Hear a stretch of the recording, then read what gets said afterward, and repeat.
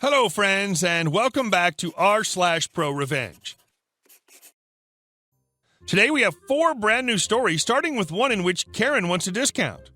But before we begin, don't forget to subscribe to our channel if you're new here, and turn on notifications so you don't miss a new video every single day. Here we go. The Craigslist Karen. A few years back, I was selling a cell phone on good old CL. I had tons of hits, but Karen came in first and said she'd come to me immediately. I told her, come on down to my work. At the time, I was in my own little trailer, as the place I was at was remodeling and it was slow season. My final message to anyone buying from me is a confirmation of price. Just so we're clear, the price is $400 and it comes with X, Y, and Z. No response. Spidey senses start tingling. About an hour later, Karen walks in. Karen, I'm here for the phone. I had the phone charging on my desk, so it was ready for the inspection. The phone was flawless. Karen picks it up and looks at it, scratching at non-existent stuff, giving that little sniff of disapproval, then says, it's a little rougher than I thought. Me, nah, it's been fully encased in an Invisishield from the minute it was taken out of its box. There's not a scratch on there. Karen, well, it's not worth $400. Me, that's the price. Take it or leave it. Karen, I only brought $250 with me. You take it or leave it.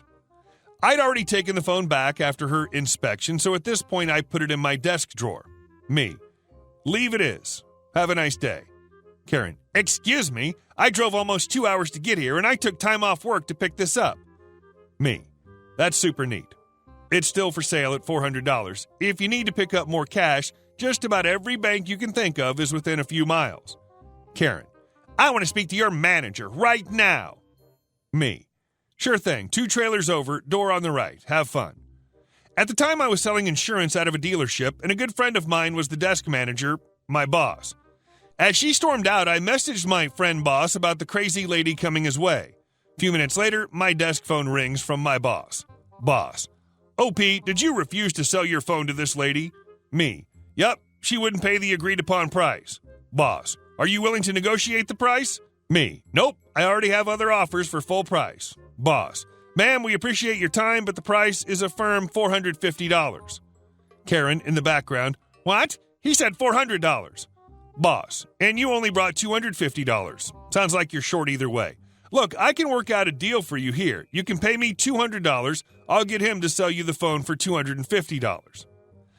I could almost hear gears turning before she said, F you, and left, slamming the door. Message from boss, don't sell crap that isn't insurance at the dealership, idiot. And our next story. Lazy manager won't listen that I haven't been trained on a job, ends up doing the job. At the time, I was a high schooler in Texas and looking for a job to get some extra pocket change. Like a lot of high schoolers do, I ended up getting a job at a fast food place where people don't have designated official positions. The manager would make the schedule weekly, and you'd find out whether you were packing orders, working the drive-thru window, working the inside register, backwash, doing the dishes, or working door, which essentially meant going out to cars in line, taking their orders as our drive-thru speaker didn't work, which also got us tipped, so it wasn't all bad. Side note, the manager was a lazy feminine hygiene product who would sit in the office messing around with their fantasy football team and making sexual comments about the girls. Some of which were high schoolers, mind you. I recently learned that he was fired for having sex multiple times at the store with employees despite having a wife and kids. Anyway, usually new hires were trained for 9 total shifts with 2 shifts for each position on everything except the drive-thru window, where you only get 1 as it's fairly easy to do once you know what you're doing. I was never actually trained on window because on my shift to learn how to do it, the next person responsible for backwash called in, and I was told to take their place as the new guy so the more experienced people could handle the part of the store directly impacting customers while understaffed. Fast forward to a Sunday, 10 a.m. to 5 p.m. shift, which includes our busiest time of the week, the after-church lunch rush. When I got in and looked at the schedule, I was assigned to working window, and to the best of my memory, the conversation went like this. Me. So I'm supposed to work window, but I actually never got trained on it. Manager. Everyone gets trained on everything. You probably just don't remember it happening. But it's easy anyway. Me. But I didn't get trained on it. I had to go do backwash because... Manager. Look, I have to get ready to help with the lunch rush. You'll be fine. At that point, I just decided to go attempt a workstation I didn't know how to do. The lunch rush hits and we're extremely busy, as to be expected, and I'm doing my best to try and do a job I wasn't trained in.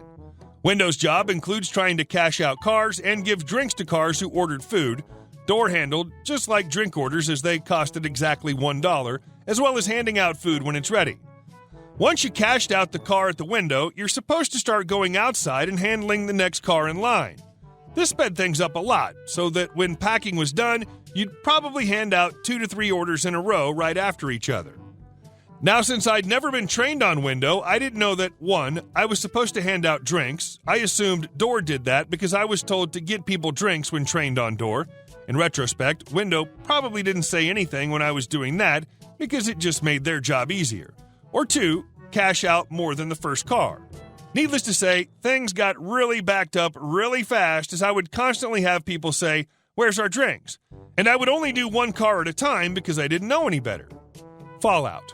30 minutes into the lunch rush, our drive-through line is wrapped around the building almost to the point where the car at the window can see the back of the line. The manager, probably seeing people leave the line because of how ridiculous the wait is, comes over to me and, "Manager, what the hell are you doing?" Me, "I don't really know. I tried to tell you I didn't know how to do window. I'm taking the people's money and handing the food out. I think the door person keeps forgetting to give people their drinks." Manager, "You're supposed to give people their drinks if they got food. Why aren't you cashing out more than 1 car at a time? Who trained you on window?" Me, "I tried to tell you no one did, but you didn't listen." At that point, he just told me to go help the person on door take orders, something I knew how to do, and he had to end up taking over the window and try to begin to catch up. Not only that, but since we were so backed up, the lunch rush lasted at least an hour past its normal time, since for whatever reason, people wanted to wait that long for our food. It definitely ruined his usual routine of sitting in the office looking at his phone. Also, I was trained on how to do window my very next shift. And our next story. Neighbor won't stay off my property, gets fenced out. A little background. My current place is a fairly new build, backs to some woods, and was empty for a bit before we moved in. My neighbor has a corner lot, also backs to woods, but is a bit odd-shaped since the woods are considered protected green space.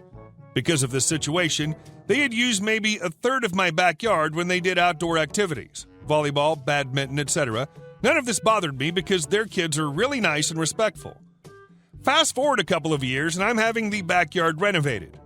Well, the neighbor apparently had an issue with this because he kept bothering the crew during construction, telling them what they could and couldn't do, saying they were too loud or doing things wrong, and claiming that I had asked him to oversee the crew.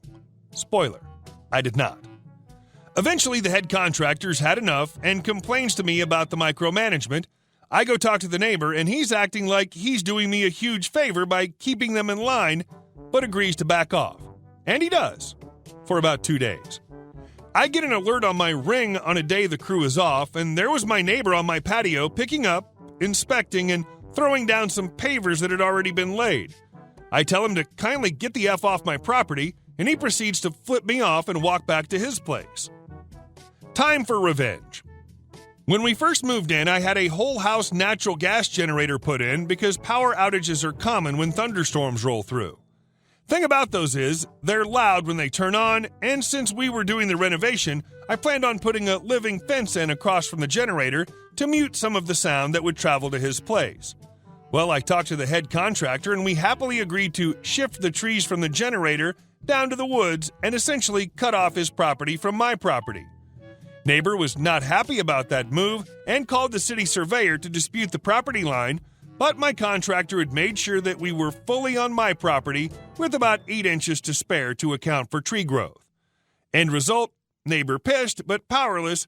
I have some nice trees to look at in the backyard, and there's nothing to stop the symphony of my generator when it kicks on every week to do a status check. And our last story. Can't drive through that. Back in 2004, we had those big plastic round garbage bins in our back alley, about 6 of them down every alley in my neighborhood. They were huge, about 4 feet tall, 4 foot wide at the top. They got emptied every Thursday around 8 in the morning.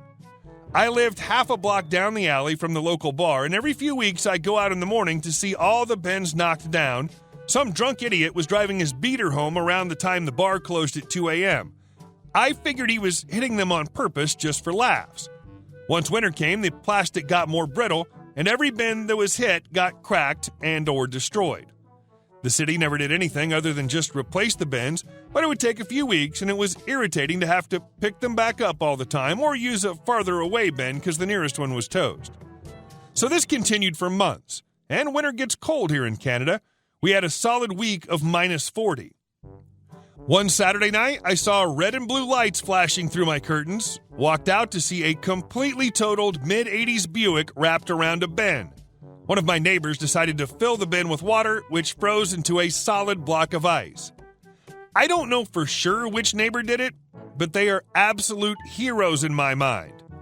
Guy got arrested, so I assume he was charged with drunk driving at the least. Tow truck company took away what was left of the car, but the bin stayed there for a couple of months as a monument to stupidity filled with ice because it was too heavy to move and also wasn't the least bit damaged by the collision. Hey guys, thank you all for watching the video. I'll see you in the next one.